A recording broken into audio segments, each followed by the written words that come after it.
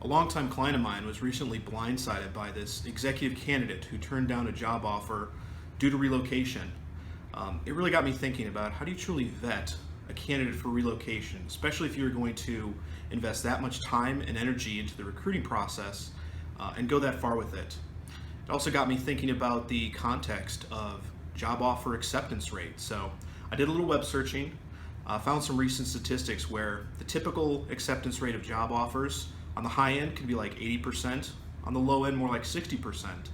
Some of the other recent stats, it showed that in 2015, only 2% of Americans ended up moving from another state or even another country. So you take those two percentages into context, you really see it's a narrow margin to get somebody to accept your job offer and relocate. So you really got to do it right. So I thought it would be helpful for us to think a little bit about tips for unpacking the relocation challenge. Maybe to set the stage a little bit, two thoughts. The X's and O's of relocation are obviously important, but the trump card is really lifestyle. Another thing, don't try to figure out relocation all at once. It's a series of conversations, a very nuanced discussion. You're looking for little puzzle pieces along the way that you can put together and really start to see the bigger picture over time. So with that said, 4 tips for unpacking the relocation challenge.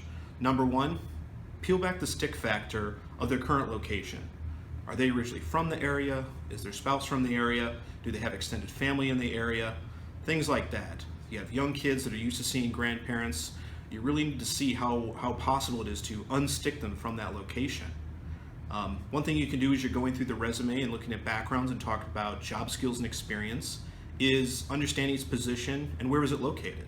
You look for patterns of have they relocated before, how far, what was the degree of change between these different locations, and really try to assess like have they changed before and can they do it again, and what's your probability that you can do it successfully. Number 2 tip for unpacking the relocation challenge. Determine if the stick factor of your new location matches their interests.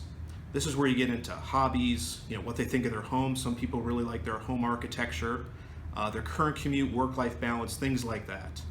When you think about major cities, you could have New York and LA, 2 major metropolitan areas, but very, very different in so many ways.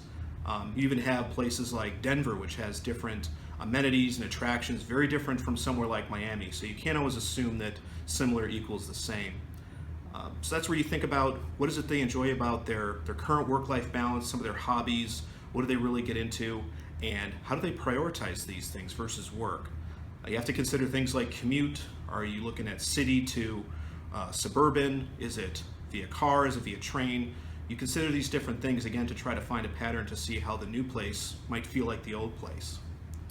3rd tip for unpacking the relocation challenge. Remember, you relocate a family, not an employee. If you have kids in school, they might want to postpone the relocation until the summertime, maybe the winter holidays. Older kids are always going to be much more difficult to relocate. And when you think about the relocation scenario, we often hear from candidates, they request if they can move ahead of the family, take a couple months, and then they'll follow behind. That can be very tricky. You get into situations where you have a new employee, especially at a leadership level. They're on their own for a couple months, might start to get cold feet, you miss the family. You might be replacing that person before you know it. You also have to consider the other job in the house. The spouse is, in some cases, is making more money. They might have a much tougher job market, so when they consider moving and replacing 2 jobs, it might not work out for them. Number 4, last tip for unpacking the relocation challenge. Be brave, suggest reasons not to relocate. It sounds tricky and it can be a little counterintuitive, but what you want to do is test the candidate early on and play devil's advocate. Give them reasons or inquire softly about reasons that it might not work out. See how they react, listen to their thought process, and really listen to what they're saying.